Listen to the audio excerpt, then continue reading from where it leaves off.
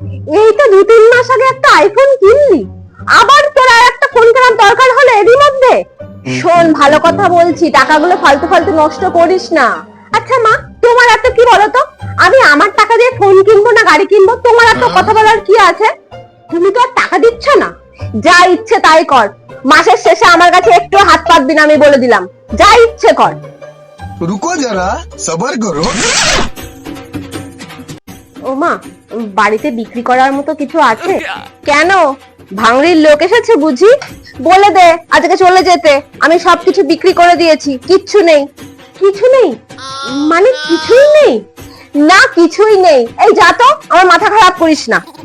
মা কিছু দাও না মা, এই কিছু দাও অন্তত, মানে 200 টাকা হলেই হবে, খবরের কাগজ টাগজ মানে যা খুশি একটা কিছু দাও না।